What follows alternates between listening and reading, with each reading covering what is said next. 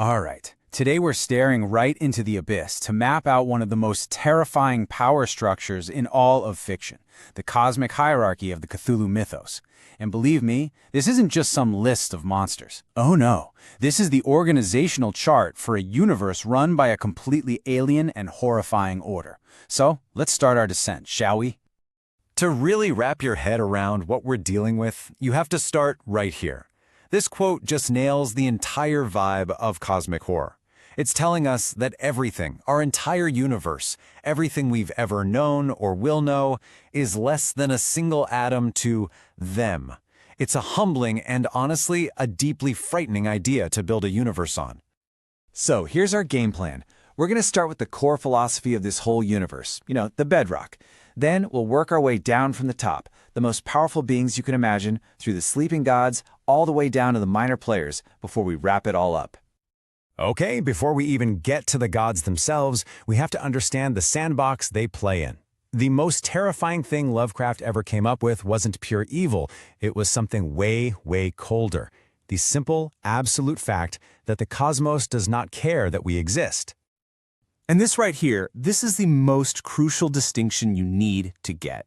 On one hand, you have Lovecraft's original idea, a universe where we are so tiny, so insignificant, that these cosmic giants don't hate us, they don't love us, they don't even notice us. We're just ants on the sidewalk. But later on, another author, August Derleth, came in and kind of formalized the whole thing. He introduced a more classic good versus evil struggle. This one change completely alters the flavor of the fear, and it's why we have these different tiers of gods we're about to get into. So let's go right to the top of the food chain. This is where it all starts. We begin with the most powerful, the most abstract, and the most brain-breakingly incomprehensible beings imaginable, the outer gods. Yeah, see, these aren't gods like Zeus or Odin. They don't have grand plans or motivations. They just are. The best way to think about them is like living, breathing laws of physics. Imagine if gravity wasn't just a force, but a conscious, sleeping entity at the center of everything. That's the level we're talking about here. Now, let's meet the big three. At the absolute center of it all is Azathoth, the blind idiot god. Our entire reality is supposedly just a dream in its mindless slumber. Then there's Yog-Sothoth, who literally is time and space. The past, present, and future all at once. And then you get the really weird one, Nyarlathotep. He's the exception to the rule. He's the only outer god with a personality, and he uses it to be their messenger, and he seems to really enjoy messing with us. All right, let's take one step down the cosmic ladder. Now we get to the beings that most people think of when they hear the name Lovecraft. We're talking about the sleeping, imprisoned gods. And yeah, this is Cthulhu's category. So unlike the outer gods, who are basically cosmic forces, the Great Old Ones are actual alien entities. They came from the stars, they ruled the Earth a long time ago, and now they're trapped. They're locked away in deep oceans, buried under the Earth, but here's the kicker. They're not dead, they're just sleeping. And their dreams can still poison the minds of mortals, as they just wait for the stars to align so they can wake up. The Great Old Ones are a fascinating bunch. They have immense power, but for now, it's contained. Their very appearance is a weapon. A human mind just can't compute their alien geometry, and it just shatters. They're not made of the same stuff we are, which is how they can hop between planets. And of course, the poster child for all this is Cthulhu, just chilling in his sunken city, broadcasting psychic nightmares across the globe. Okay, we're finally reaching the bottom rungs of the ladder, and down here, things get a little messy.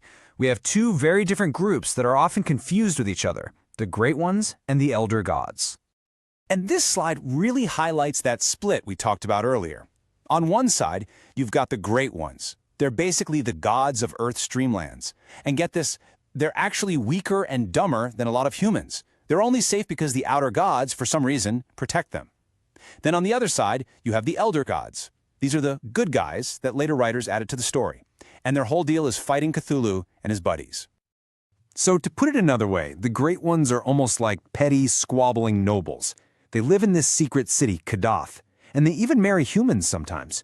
The Elder Gods, though, totally different story. They're cosmic warriors.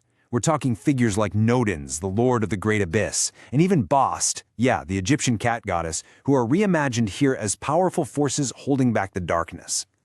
And this brings us to a really important question about the whole mythos. If you introduce gods who actually care enough about us to protect us, does that weaken the original, more profound horror? You know, the idea that the universe is vast and cold and simply doesn't give a damn about us? It's definitely something to chew on. So, with all that in mind, let's pull back and take one last look at this entire cosmic power structure. Let's see exactly where everyone and everything fits into the grand, terrifying scheme of things.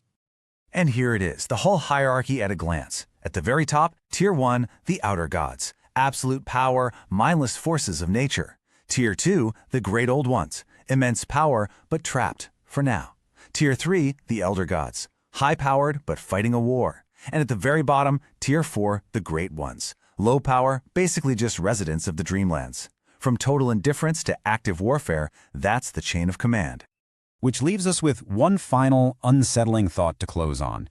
In a universe that's built like this, with a power structure that ranges from mindless cosmic chaos all the way down to petty squabbles, what does the word God even mean anymore? And maybe the scariest question of all, if this is the cosmic ladder, where are we? Are we even on a rung, or are we just the dust on the floor below it?